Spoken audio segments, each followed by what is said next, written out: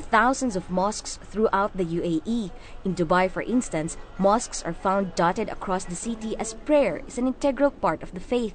These places of worship are usually filled with the faithful on Fridays, but are even busier during Ramadan. In recent years, mosques have adapted to modernization, with most structures incorporating much of the Arabic culture and Islamic designs in its architecture. Now in the UAE, 3 mosques have opened its doors to the public and extended its role from a place of worship to that of a learning center, as well as a social and cultural place. Mosque also a place for meeting. Mosque is also a place for education. It's an institute location, a place for people to get together and distribute things and check about the knowledge, exchange views and exchange the social information. Today, if I want to meet with my neighbors, what is a better place than the mosque? 5 times you can meet together. If I missed him one time, then I'll ask, what happened? You didn't come for that prayer.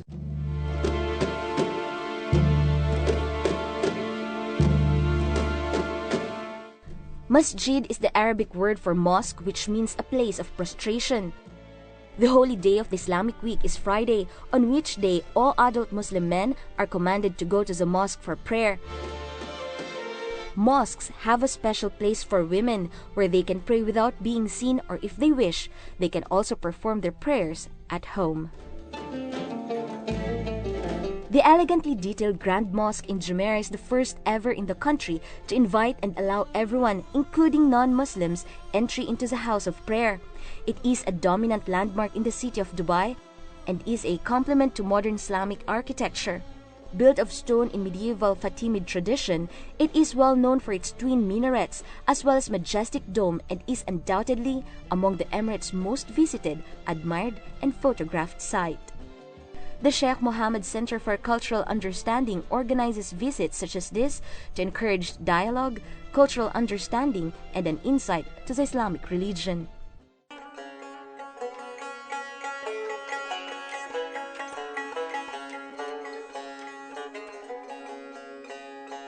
The second mosque to welcome the public of every race, color, and creed is the majestic and world-renowned Sheikh Zayed Grand Mosque in Abu Dhabi.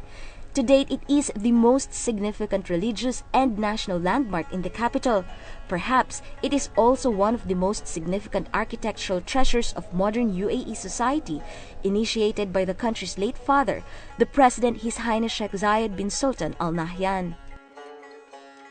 Commonly called the Grand Mosque by local residents, it is seen as a construction to unite the world, as it used a combination of techniques, craftsmanship, and materials from many countries including Italy, Germany, India, Morocco, Iran, and Greece. And under its 82 domes of Moroccan design, it brings the world together. We receive more people or more visitors during the season, which is the winter time, which is from what starts in the month of October to the month of April. And last year, in December 2010, we received around more than 350,000 visitors in a month. And on a daily basis on that month, we received it was the skyrocket number or the maximum number. We received around more than 30,000 really visitors in a day. The site of the mosque occupies an expanse of 22,412 square meters, which is equivalent to around the size of 5 football fields, and can accommodate 40,960 worshippers. Its exterior as well as interior has many features that put people in awe. Its design and construction used natural materials including marble stone, gold, semi-precious stones, crystals, and ceramics, which were chosen for their enduring qualities. Many of its fascinating and astounding features can be found at the main prayer hall, such as the world's largest chandelier under the main dome, and the world's largest hand-woven carpet by 1,200 artisans in small villages near Mashhadin in Iran, a region renowned for its carpet-making expertise. I am in shock, culture shock, because this is one of the most beautiful and luxury and astonished building there I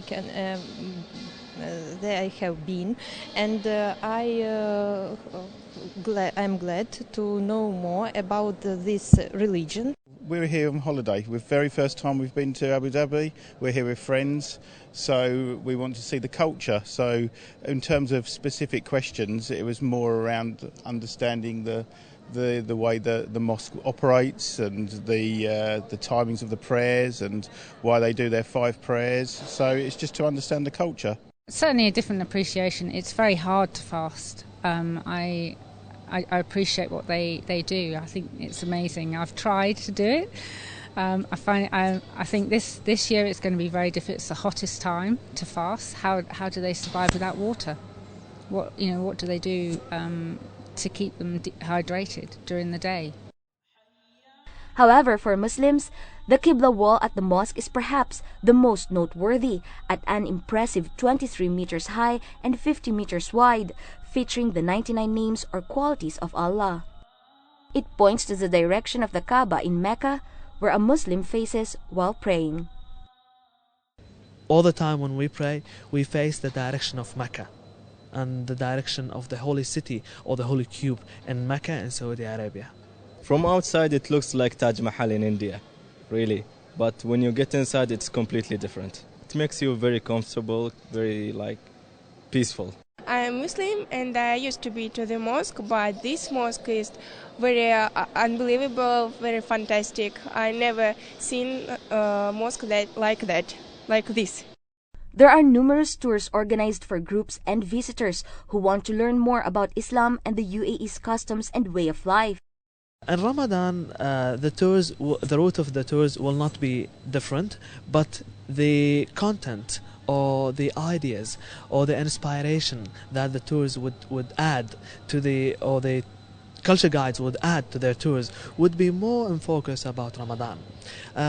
Since most of the visitors are tourists, are expatriates from different places around the world, they don't know or they don't have the knowledge more about Ramadan. So I think it's a good opportunity to us to explain Ramadan to them. There's a lot more you can learn here, because in your lessons you can't, you see pictures of everything, but you're not actually there in the real thing, and you can't see everything. So it's really pretty here, and everything's really nice. She said because it's not allowed to use pictures of people, so they use flowers, because when you go to heaven it's sort of like a garden, and what do you see in a garden? You see flowers. So every time you walk into a garden, it's better you see flowers, and you only look for flowers.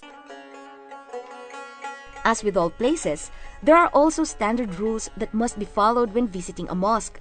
Modest and respectful clothing are important. There is also a ready supply of abayas, shellas, and kanduras to ensure that everyone can enter the house of prayer. The important in the Islamic dress code is to be covered your hair and wearing something loose which is not showing your body shape. We choose black because it's very elegant and you cannot see through it. This mosque, it's a house of God, so as a respect of house of God, you have to enter with a respect. This is the place where we are worship, and during our worshiping we are having to put our forehead to the ground, and it's obviously you're not going to put your forehead in the dirty area. So as a respect, you have to remove your shoes outside. Also, why we are let the people to wear, as I told you, it's a respect places. We have to respect that. We are not forcing them to wear black. They can wear different color if they want, but it's the important things to be cover the hair and cover the body. And it's not allowed to be shorts, wearing something short. So if the gentlemen they coming, then they wearing shorts, we provide them with a kandora, which is, we call it the white dress, we call it kandora, to just be respectful of the mosque.